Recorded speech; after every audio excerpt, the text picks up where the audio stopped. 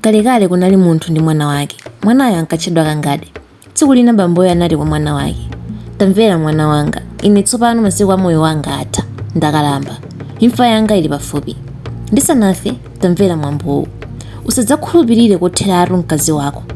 Chachiwiri, usadzapalane chibwenzi ndi mphawi. Atatero bamboyo adamwalira. Tsopano Kangade anayamba kuganizira ndi kudzifunsa mu mtima mwake kuti chifukwa chiyani bambo wake adamuwuza mawu aja asanafe. Koma iye analiphira kupeza phunziro la mawuwo.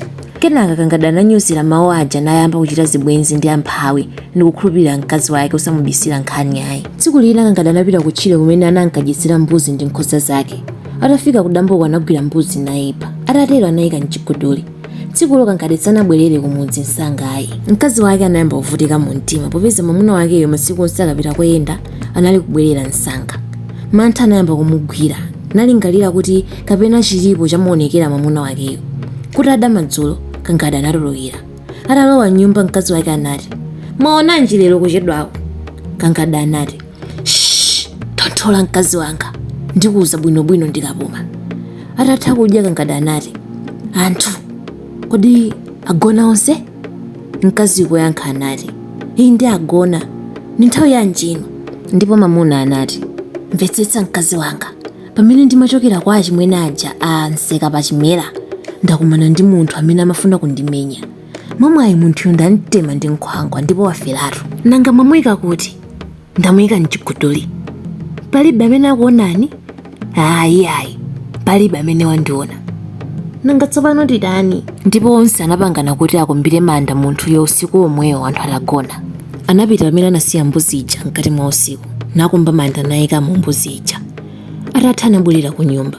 Awiriwo anapangana chipangano kuti ngakhale atakondwa chotani ndi anthu asamuuze munthu aliyense za munthu ophedwayo, pakuti mkazi sanadziwe kuti ndi mbuzi. Kangade ndi mkazi wake anakhala osangalala m'banja mwawo. Tsiku lina Kangade anabwereka ndalama kwa bwenzi lake munthu osauka, dzina lake Chandiyamba. Ndalamazo zinali zokwanira makwacha 10. Patatha miyezi ingapo chikwirire ni mbuzi ija, Kangade anauza mkazi wake kuti aphike mowa woyamikira mizimu, pakuti tsopano anaganiza kuti mlandu uja watha, palibe amene anadziwa. Mkaziyo anavika chimera anaphika mowa wochuluka.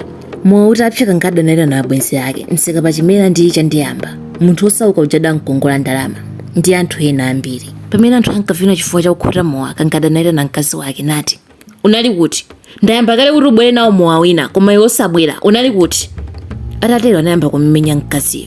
Mkaziyo anafuwula nati, ufuna kundipha ngati munthu unapha ujeti? Mseka pa chimera anali mpolisi ndipo anati, alamu, mwati chiyani? Mkazi anafotokoza amene mwamuna wake anaphera munthu namuyika m'manda usiku anthu atagona. Tsopano mpolisi uja mseka pa chimera anati, taonana chimwene tsopano, palibe chabwino, zaunansi palibenso, tsopano ndigwira ntchito yanga.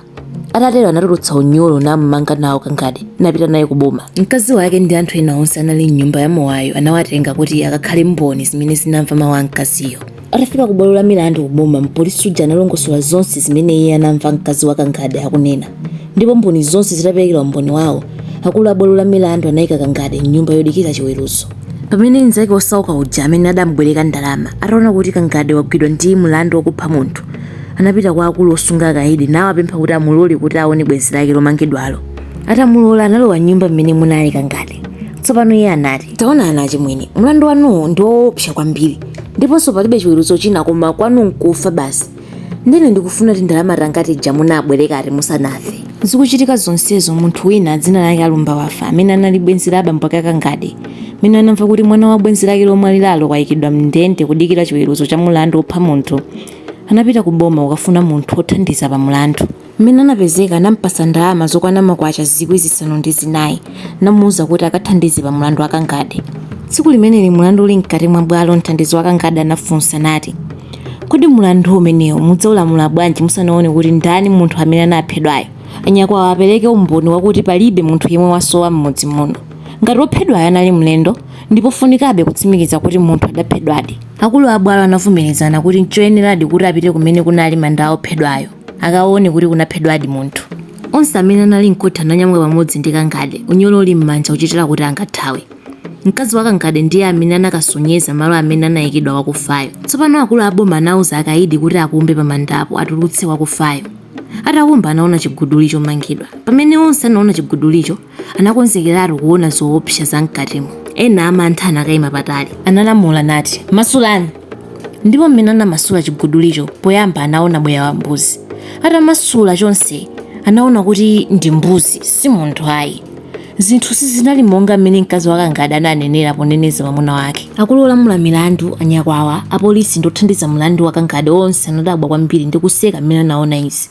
Koma mkazi wake ndi wapolisi uja mseka pachimera sanasekeko popeza anagwidwa ndi manyazi okuti kukanawakhalira bwino dziko likanangoameza poti sanayembekezere kuona zoterezi. Abwalo la milandu adafuna kudziwa chimene Kangadi anachitira zonsezi ndipo iye anati, "Bwana, pamene bambo wanga ankafa anati, taona mwanawe, usadzachite chibwenzi ndi mkazi kapena munthu osauka." Ine sindinamvetse chimene ankatanthauza. Ndinampanga mkazi wanga kukhala bwenzi langa lapamtima ndiponso ndinabwereka ndalama za munthu osauka. Koma tsopano ndaona kuti bambo wanga anandiuza mawu oona pakuti mkazi wanga sanandikhulupirire. Anaulula zimene ndinati ndi zathu ife awiri. Nayenso osauka anabwerako ndende. Malo mondilimbitsa mtima ndi mawu achifundo anandiuza kuti ndimpatse ndalama zake. Mtima wake unali pa ndalama zakezo osasamala kuti ndine bwenzi lake ayi.